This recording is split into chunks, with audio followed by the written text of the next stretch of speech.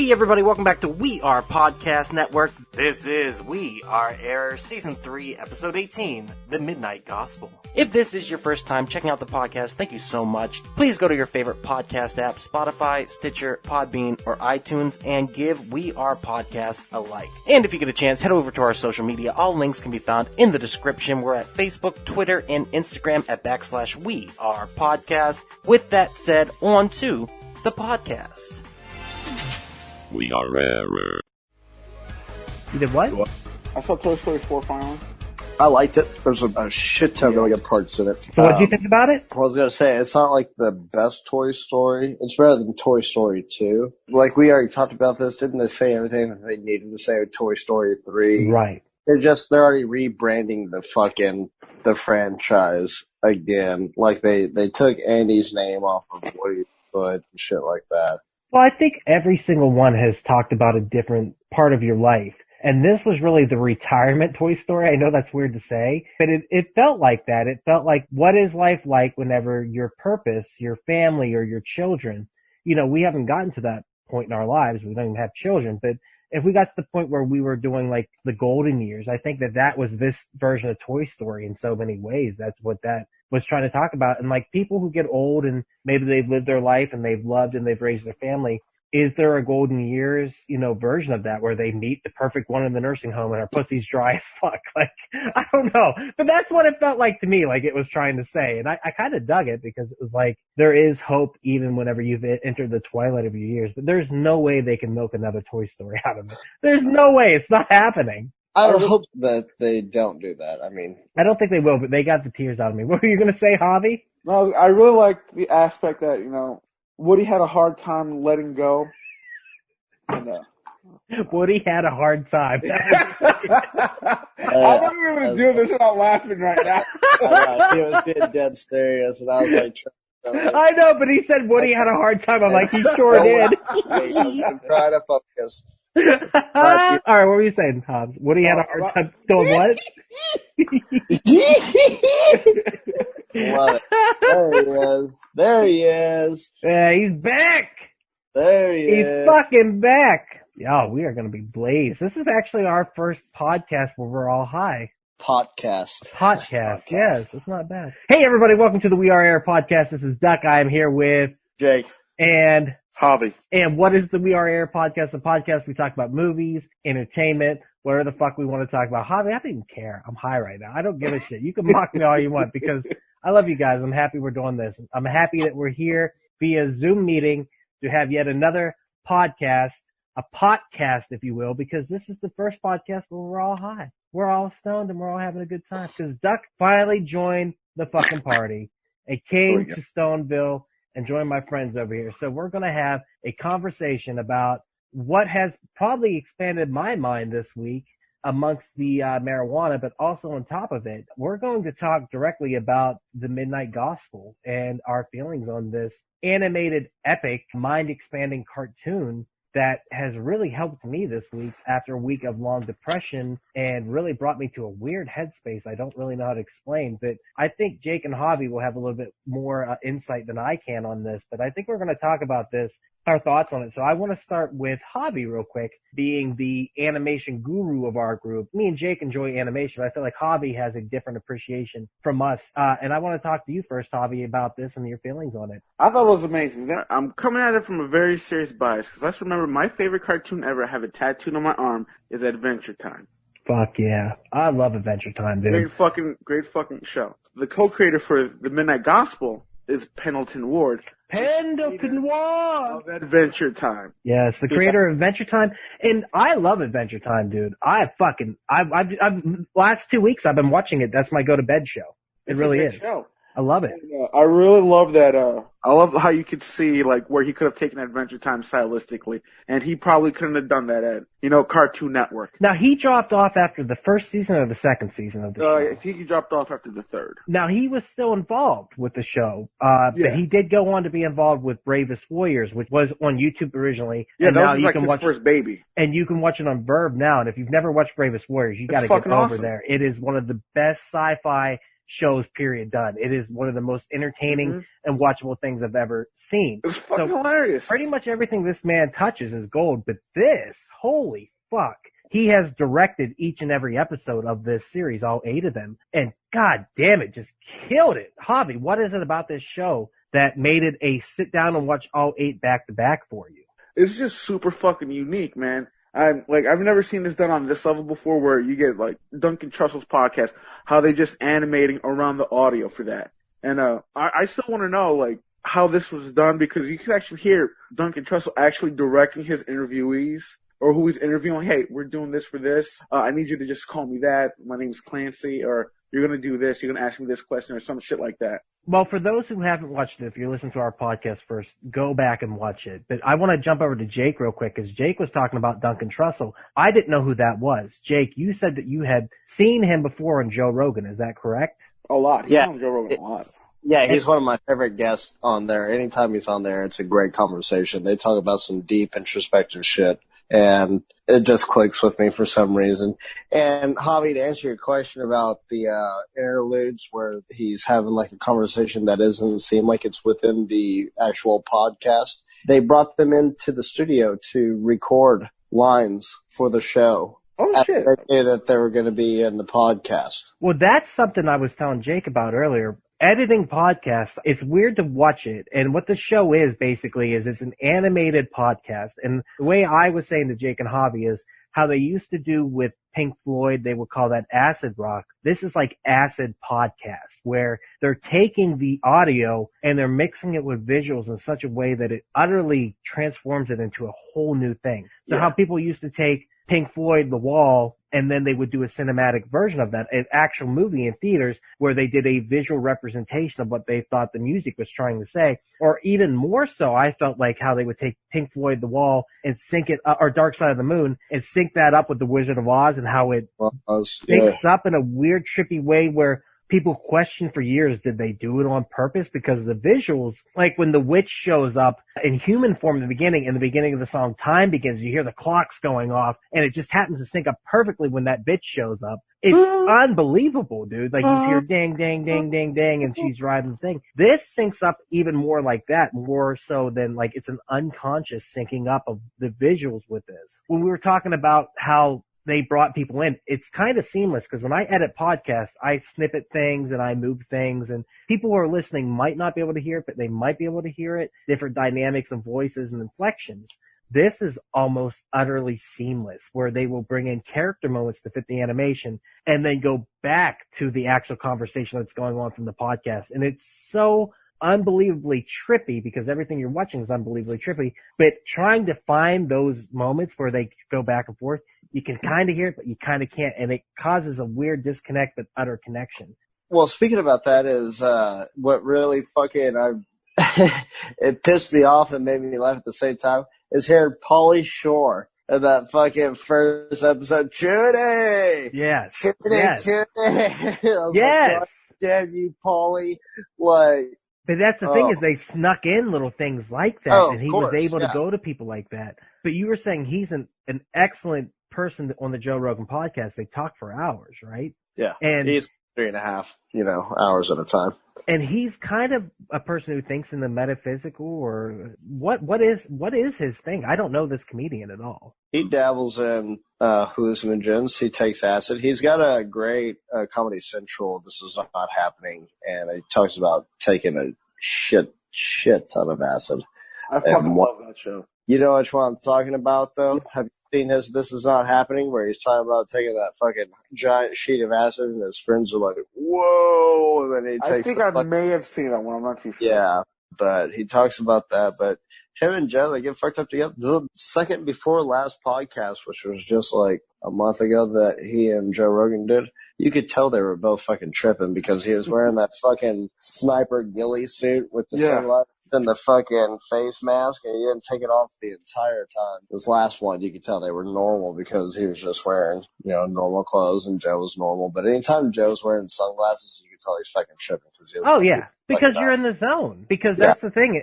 And the other thing is, this guy, Duncan Trussell, was born on 420. Obviously, he lives a very 420 style life. And this show represents that in a way that it was watching it sober-ish, I will say, was mind expanding. Everything that he says, you can kind of pick up on his views of life, the way that he talks about everything. He has his own knowledge about all these things while he's talking with these people, and they're agreeing with them, and he's like picking up knowledge at the same time. They're like, oh yeah, that's a good way of looking at it, you know, and he's talking to people that are professionals in their areas in these certain aspects. And that's true. There's an openness to it that I think is also very welcoming in this, where he would bring an insight, and instead of arguing the insight, most people would be like yes-anding it, kind of like improv, and going, you know, here is my insight on it, and they would build and they build and they build.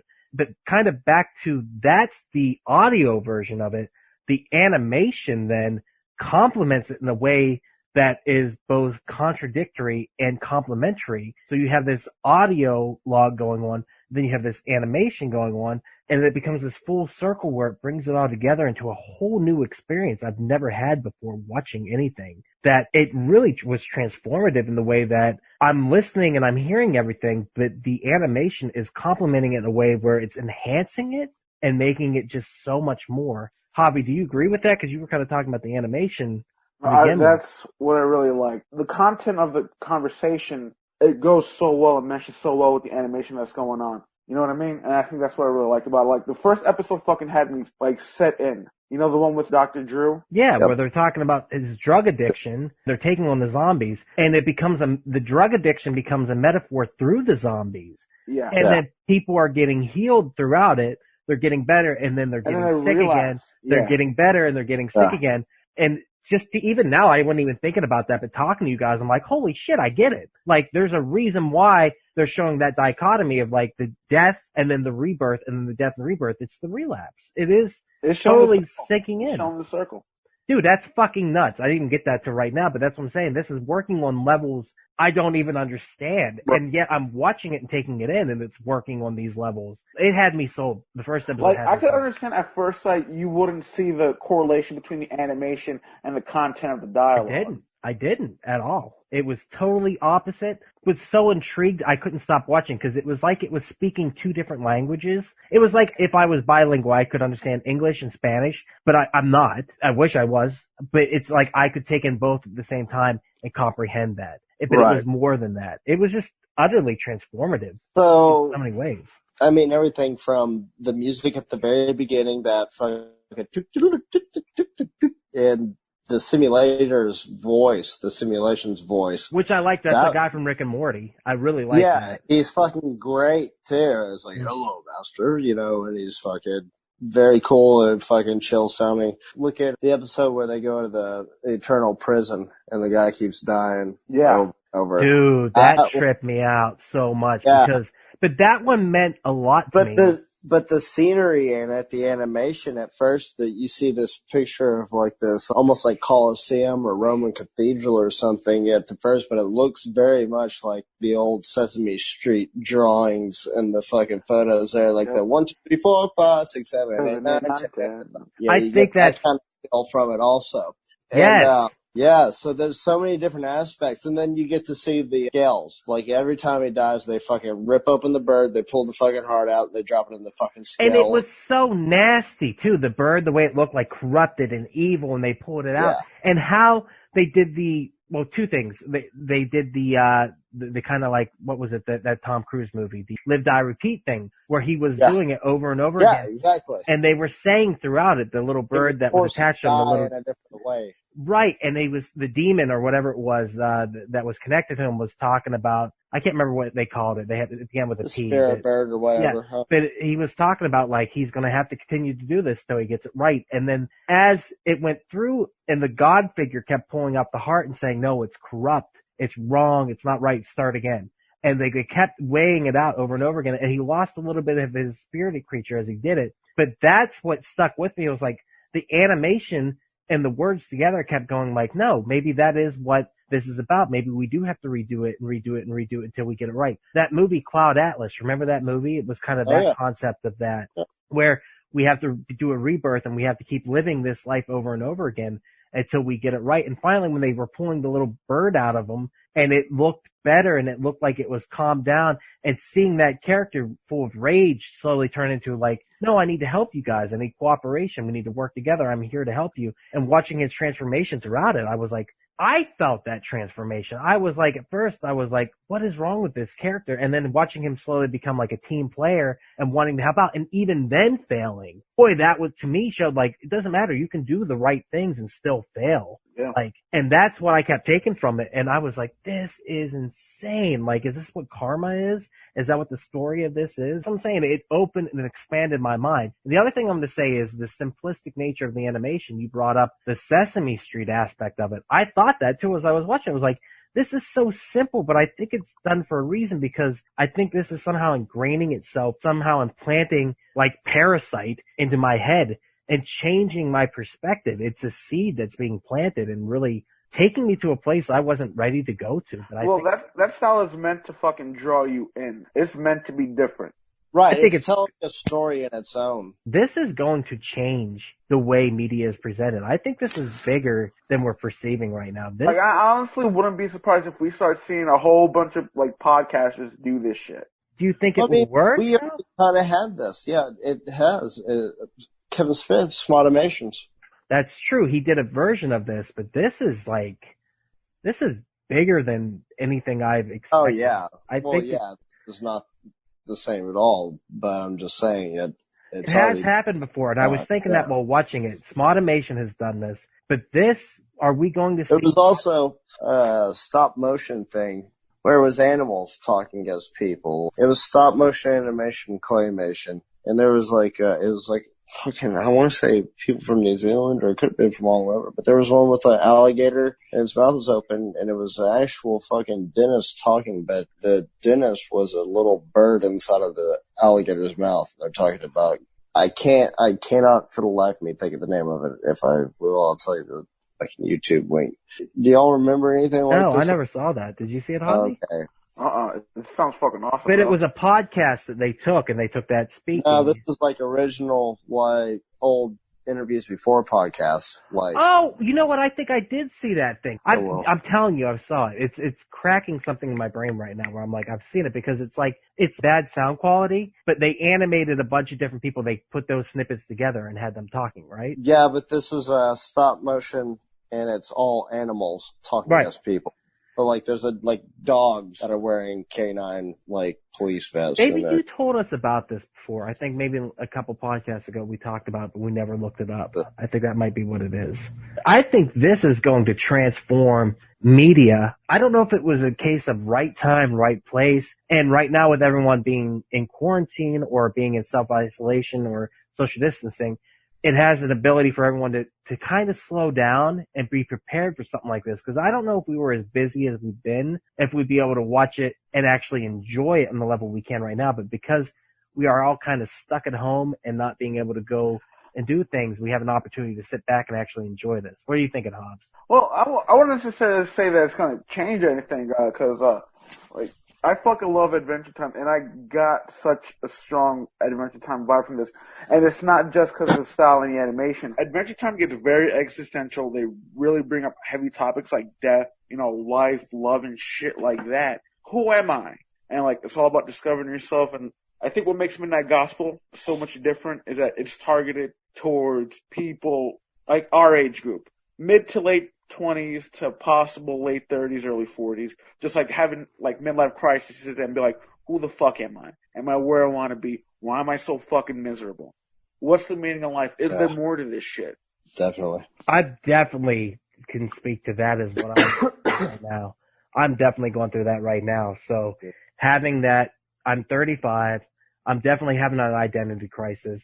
I'm trying to find out who I am as a person. Like me and Jake were talking about earlier, most people our age have kids. Most people our age have figured out what they're going to do with their life, their career.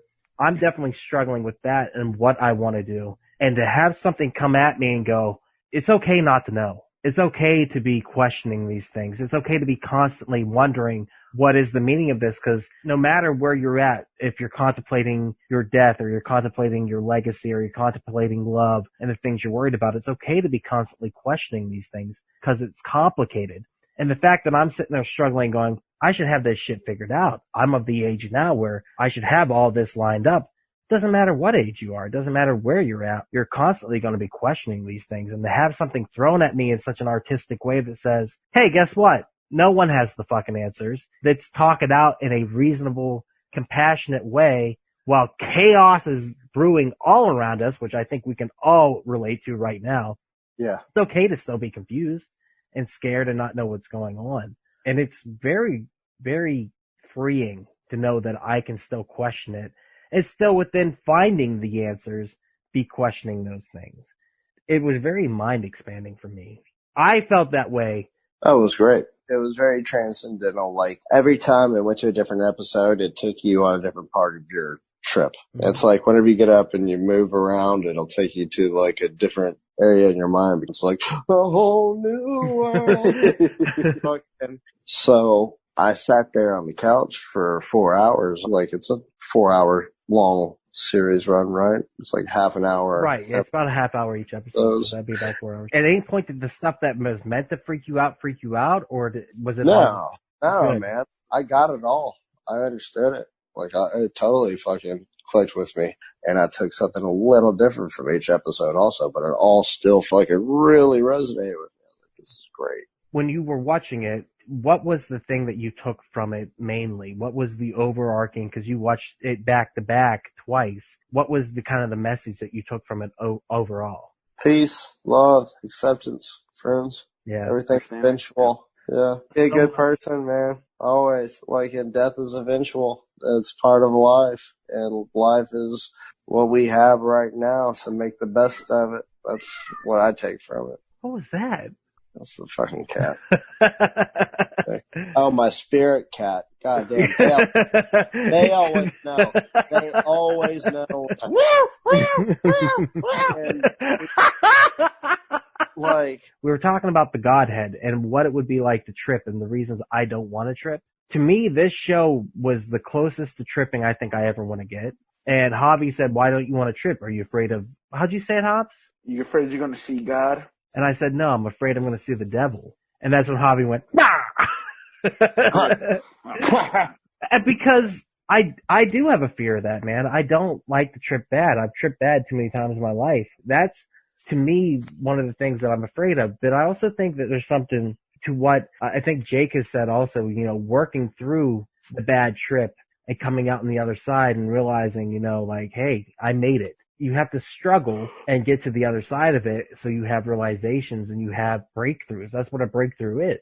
It's a mental reboot, mental rebirth. Yeah, and it takes you to a place that, you know, I always say, like, I like to reboot when I drink. I like to hit Control-Alt-Delete and see what it comes out on the other side. I need that sometimes. But, like, to actually reset my brain, I don't know if I'm ready for that. You experience every single emotion fluidly throughout the fucking trip also. So it's just like every single thing, you're up, you're down, you're happy, you're sad, you're laughing, you're crying, you're fucking, you know, you think about everything in life and why do I like this or why do I hate this or I should have done this better and everything else. And, you know, just you kind of go through all these scenarios in your heads and it's constantly fucking changing them.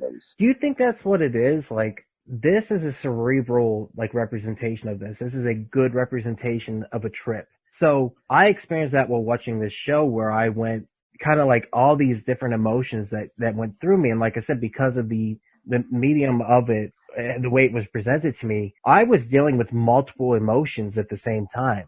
And watching that, I couldn't really comprehend it. It was kind of a garbled mess while I was watching it. But it also kind of helped me because I was like, wow, I can have more than one feeling at a moment. Like, I can be both afraid and laughing. You know, that maybe that's why we love haunted houses and shit like that so much, because you get scared, but then you go, ha ha ha, it's fine. And it's fantasy land. It's almost like that dreamlike reality that it creates. Right.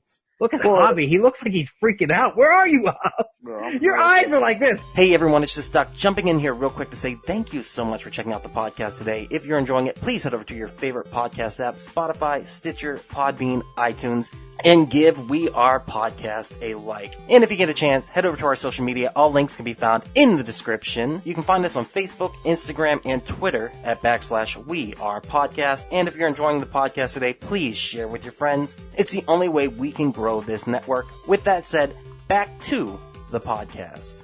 You know, it's a podcast from his show, the Duncan Trussell Family Hour. And his mom was on there 3 weeks before she passed away. And that was their conversation. Oh yeah, dude, it was brutal. There were multiple times where I broke down and just started crying, and then I grabbed my box of tissues here, and I'm ripping these out like, Yeah.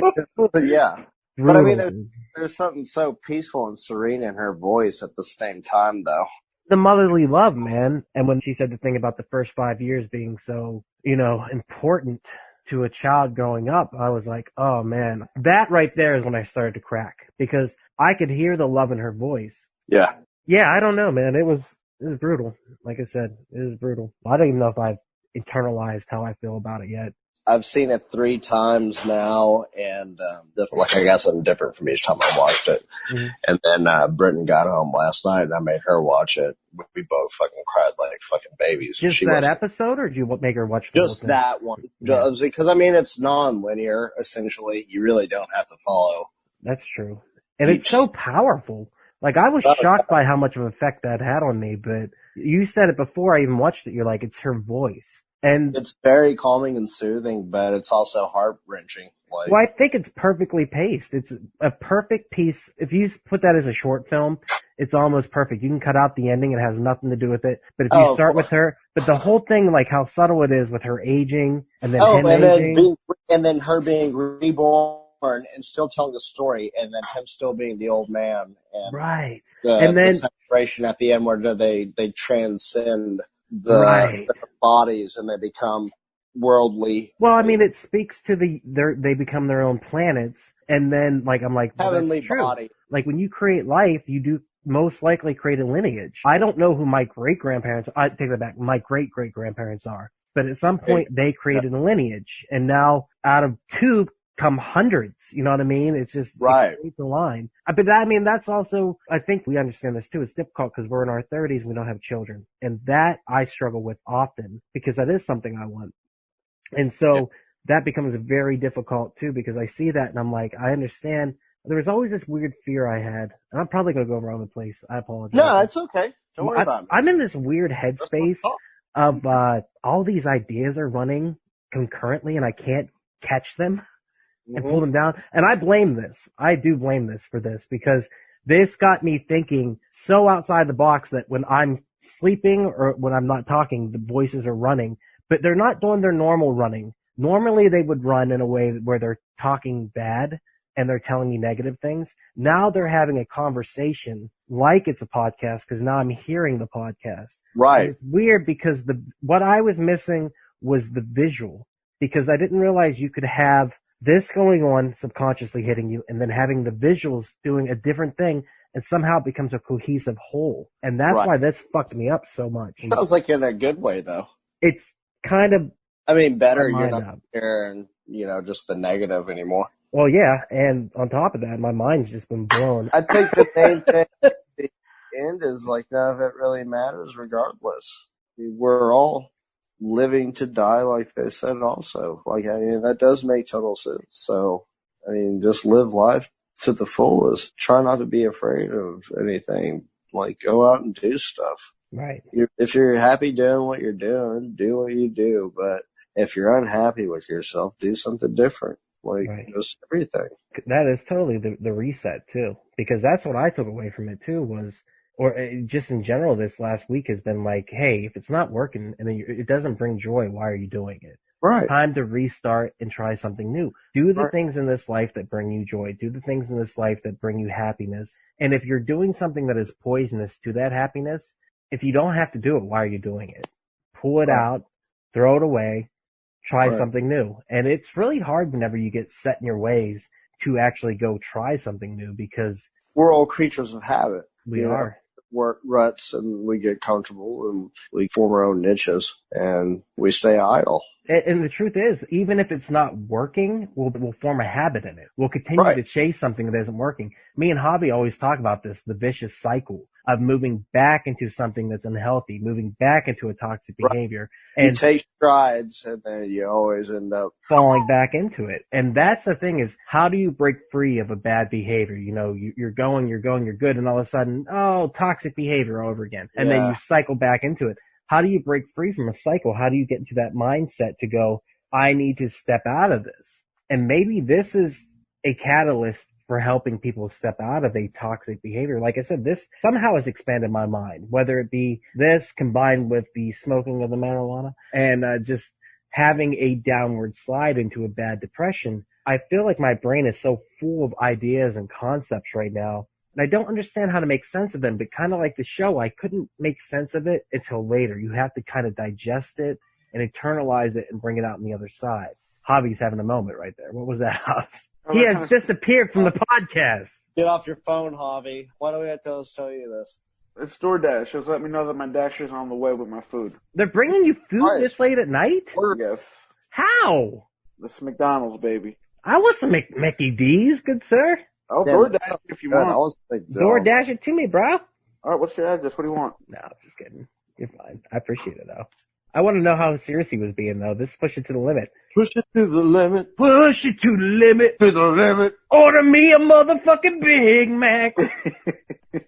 Give me a number 2 with no onions. No onions. No onions. Superstars that way. You know what's fucked up? I've actually talked myself into wanting a Big Mac. How do I DoorDash this?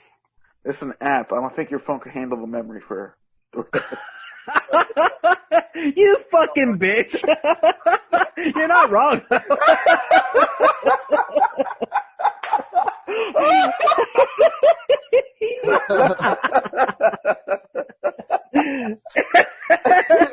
Oh my god, that was the first time I've ever been called a fucking bitch. Really? Yes. Oh, you lying. That may be the greatest insult of life. Dude, I apologize. I'm pretty sure I've called you a bitch before. No, but not like a fucking bitch, like I was your girlfriend or something like that. You fucking bitch.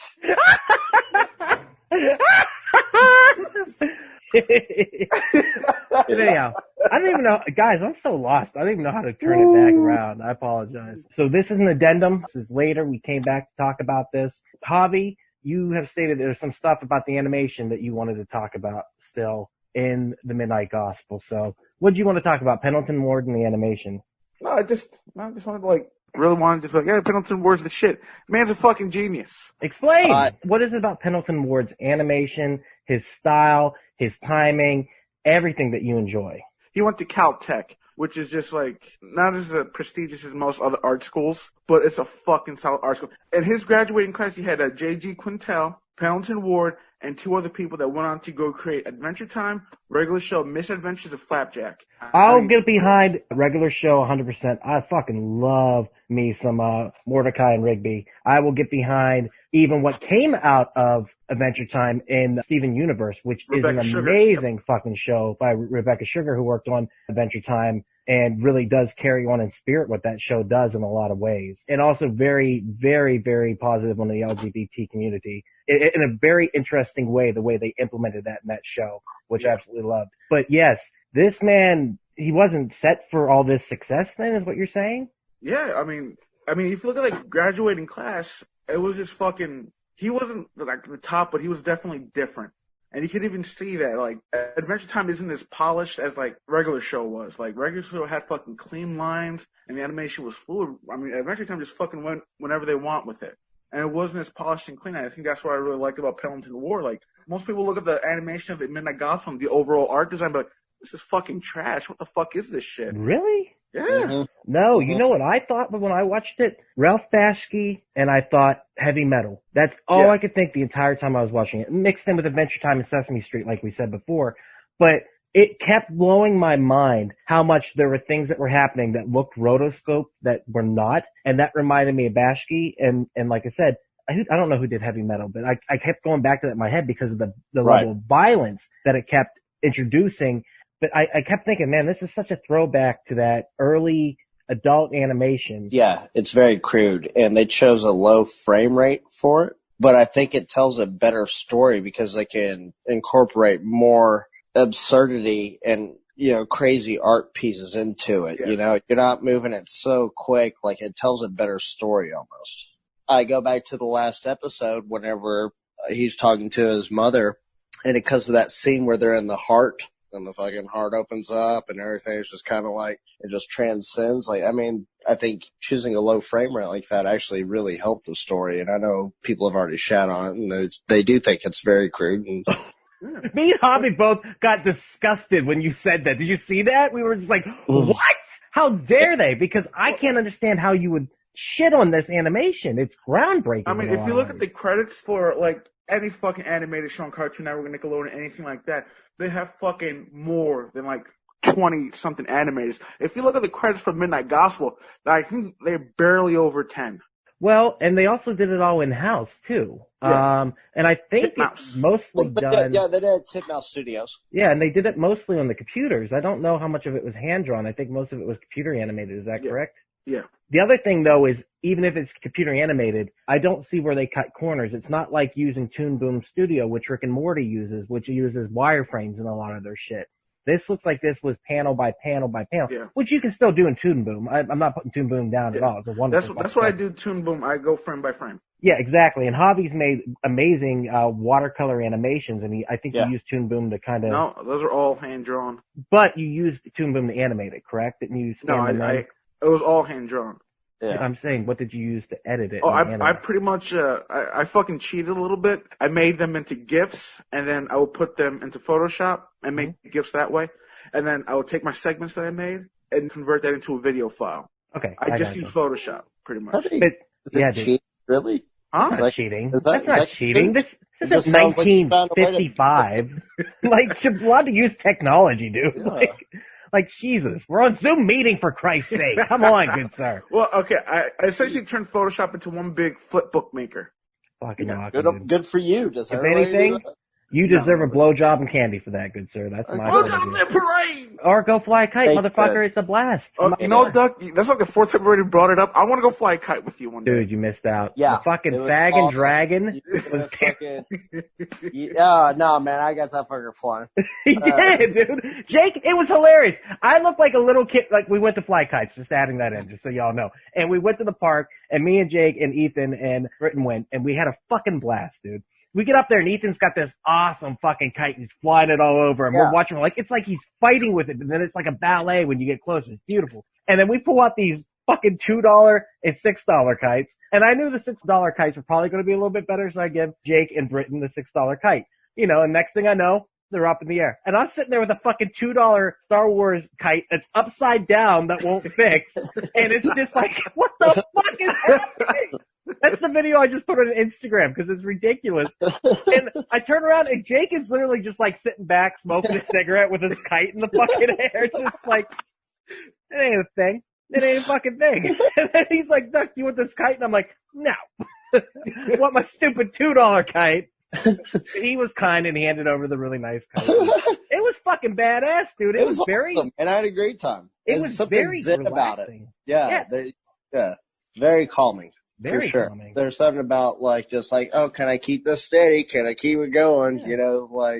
It's the most menial of tasks. Wow. But it feels so rewarding whenever you actually do. I'm all the strings out, man. I'm all the way up in the air. Look at that shit. Holy yeah. Well, I think that's what you just said is beautiful because it's about momentum. That's what you need to keep that kite in the air. And it's almost a analogy to life. Like you need to keep that momentum going so you can keep your kite in the air so you can stay zen. I don't know. True. Anything else you want to say about the animation, though, Hobbs? No, I think I just said what I needed to say. It was just beautiful, and I fucking love an animation and the animation style. Like, I really don't think the concept of the Midnight Gospel doing podcasts would work with any other style of animation other than that.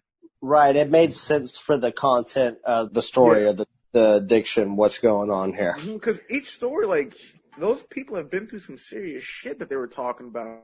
Right. Like, they're in depth on the certain topics if they were an expert and they never gone through anything.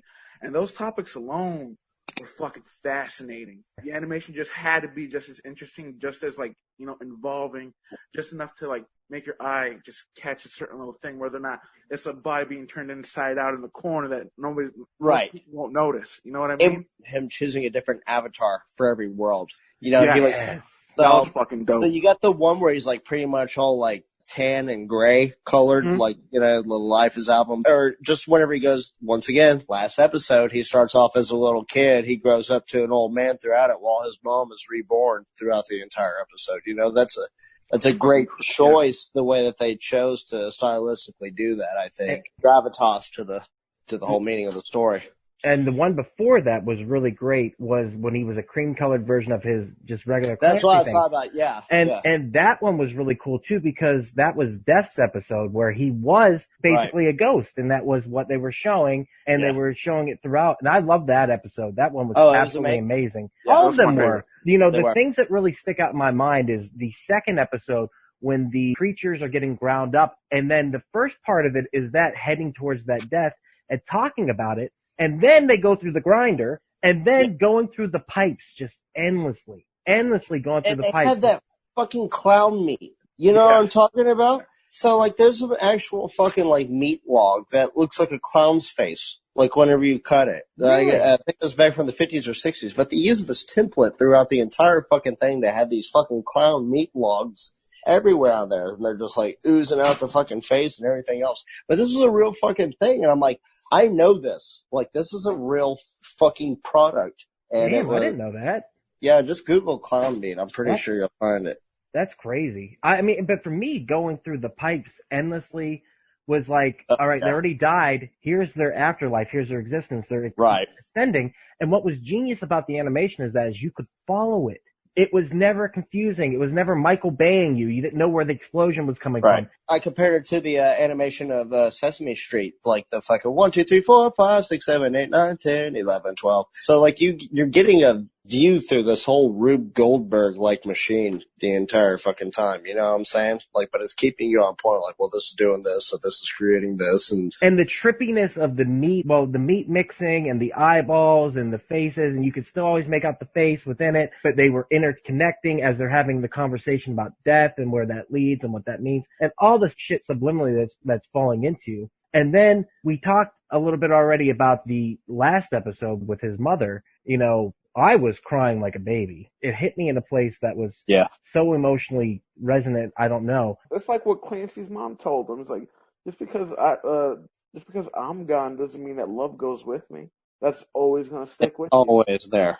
Exactly. Always there. Fuck, I'm about to cry thinking about that. There was that moment where he says, obviously, I love you very much. That's when my heart went, oh yeah, dude. Crushed me, dude. So powerful. So powerful. The timing of all of that was unbelievable. And it just broke me. Her voice, man, is so calming. It was, oh my god. Like, her voice. That is such a motherly voice, and it's very, like, everything's gonna be okay. I know things are weird and you don't understand it, but everything's gonna be okay in the end. So soothing, and like you grasp it. You're like, yeah, you're right. Like, it's not that important. And like the middle of that conversation, that back and forth with him and his mom, you could actually hear the moment like, oh fuck, I'm gonna have to lose you. Oh yeah, and it was, definitely. Well, yeah, the scene where he lays her down and he's crying, and then he sees her reborn from the mushrooms. It's almost kind of like Avatar. Yeah.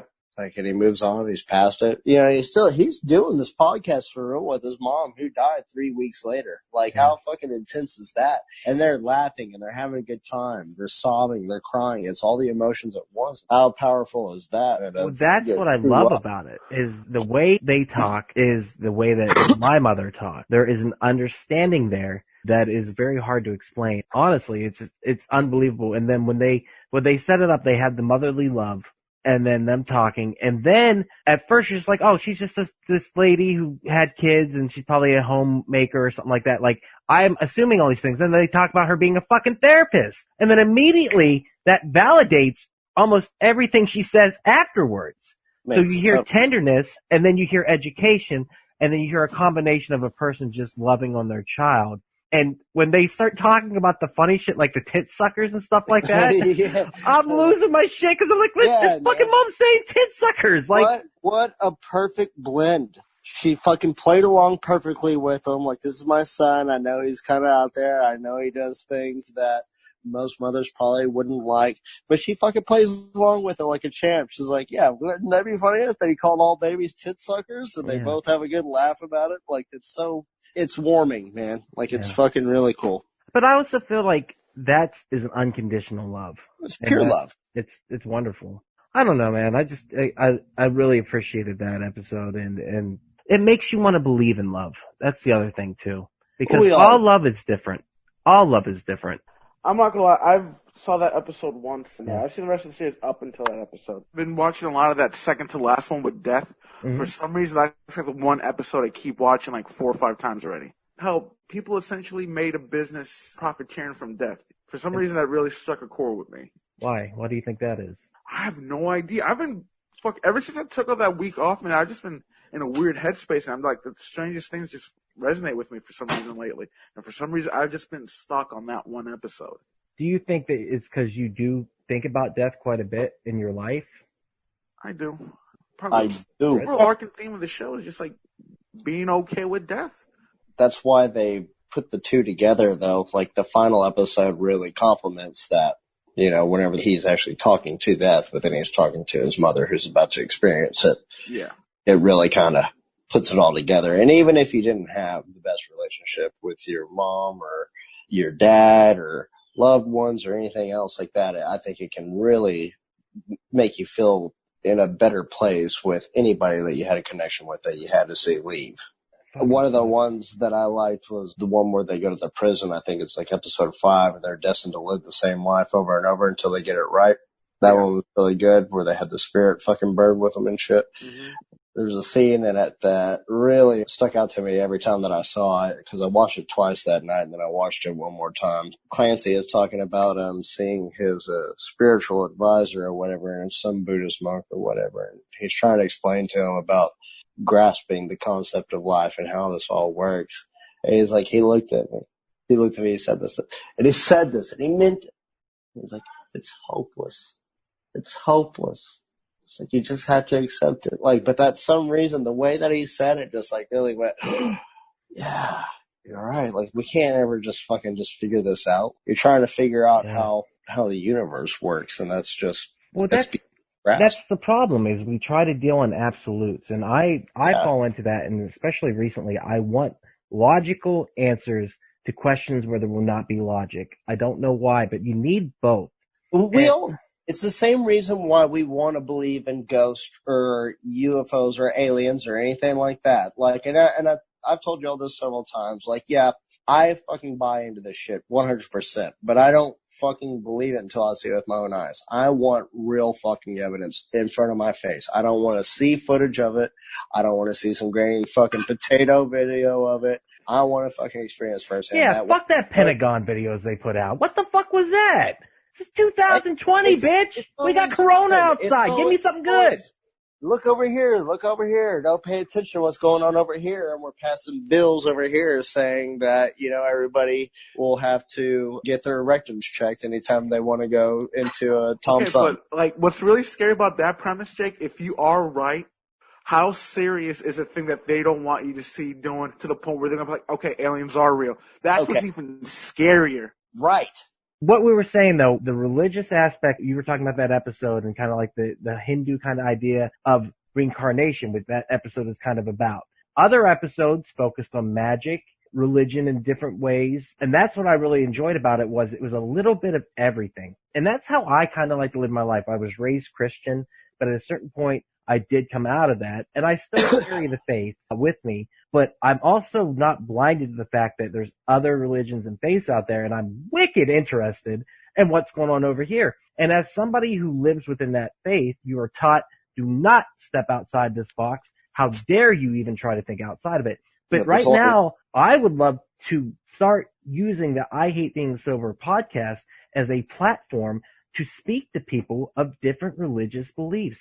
And I'm talking everyone, not even religious.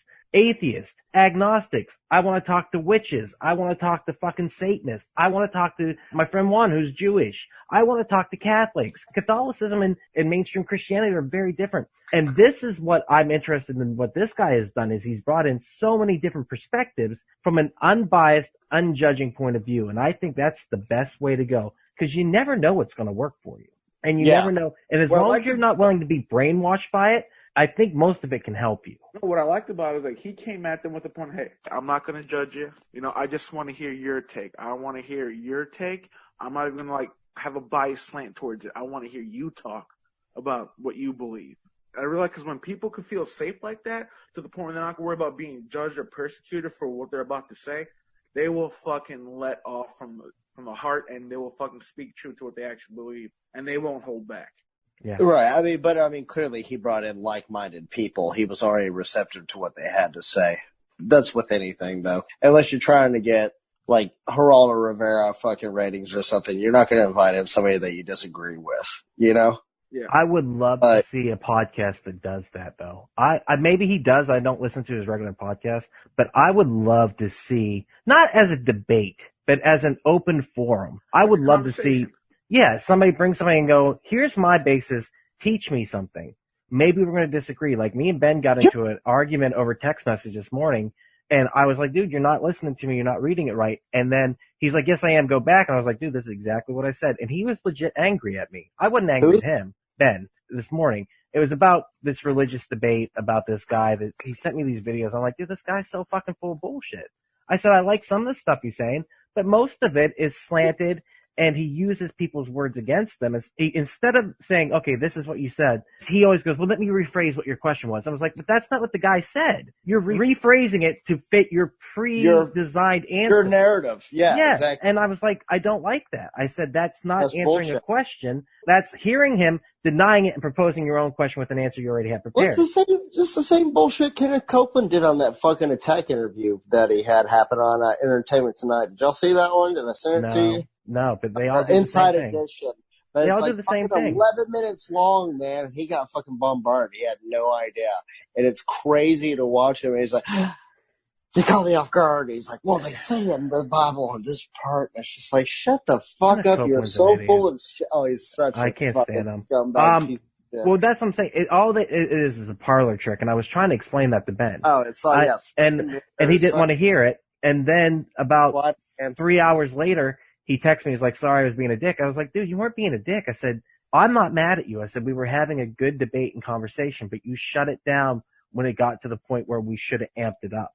And that's the difference. I want to have conversations with people where when they go to shut it down, I want to say, no, we're not doing that, because what we're going to do is double down on what the fuck you had to say, and let's figure out who's right. And if you need a minute to calm down because you're passionate and you get upset about it, that's fine. Yeah. We can take the time to do that. I wasn't upset with him at all. And I was like, dude, you're not being a dick. So we were having a good conversation from two different perspectives, and that's what happens. Let's get to the main course. Yep. Yeah. Let's talk it out. And that's what I like about this is it's a lot of talking it out, and it's a lot of listening and a lot of understanding. And yes, maybe they are on the same wavelength on a lot of things, but there were certain times where that's what I was saying earlier is the yes and that shit. It's yes and then let's go this direction. It's yes and how about this too? And there were times that was cut off too, where they're like, no, that's ridiculous. But they didn't say you can go listen to the whole conversations on Duncan Trussell Family Hour. I think I need to check that shit out, by the way. Yeah. I think it's awesome. That's everything we want to say, right? In the Midnight Gospel. Go watch it. Go watch it. Yeah, please do watch it. It's life changing in a way, I guess, if you let it be. Honestly, if you view it in the right light, you can learn a lot of good stuff from this, and I think that's a very fitting name for it, being the Midnight Gospel. So that's the thing. Definitely is the name. recommend. That name really does mean something, I think. And I love that. So yeah, go check it out. With that said, this has been Duck. I've been here with Jake and Javi. And go support local comedy. Go support local comedy. That is what we're going to tell you all the time. Support live comedy. Check out your comics on Facebook. Check them out on Instagram. Check them out on Twitter. DFW Comedy. Whatever else. Or wherever the fuck you're from, just support your local comics. That's right. And there it is. Thank you so much for checking out the podcast today. If you have enjoyed it, please do not forget, share with your friends. That is how we grow the network. And if this is your first time listening, head over to your favorite podcast app, Spotify, Stitcher, Podbean, iTunes, and give We Are Podcast a like. And if you've enjoyed this podcast, you're going to love the other podcast here on the We Are Podcast Network. We have We Are Bagu, a video game podcast featuring me and Dr. Ethan Eastwood. That's where we talk Atari to Steam and everything in between. Don't forget Heroes Gyros, a Dungeons and Distractions side quest. Me and the boys were sitting down, we're playing some D&D, we're having so much fun. You can go ahead and start that from the beginning of the journey, Season 1, Episode 1. You're going to love it all the way through. And finally, I Hate Being Sober. Personal stories from epic people. I'm going to sit down with some of the most epic people I've ever met in this world, and we're going to talk about their life, we're going to talk about their trials and tribulations, and we're just going to talk about their journey this far. Head on over to our social media. All links can be found in the description. You can find us at Facebook, Instagram, and Twitter at /WeArePodcast. Also, head over to the Facebook group, We Are Error. We would love to see you in that group. And don't forget, if you've enjoyed the podcast today, share it with your friends. That's the only way we can grow this network. With that said, do not forget, support local comedy in any way that you can. We really do appreciate it. We'll see you next time.